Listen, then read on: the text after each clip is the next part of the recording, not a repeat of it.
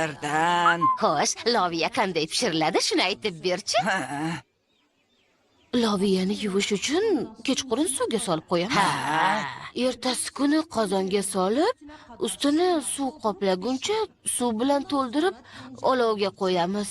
Keyin qozonga go'sht, piyoz, qayla va biroz tuz ham solamiz. 2 soatdan keyin tayyor bo'ladi.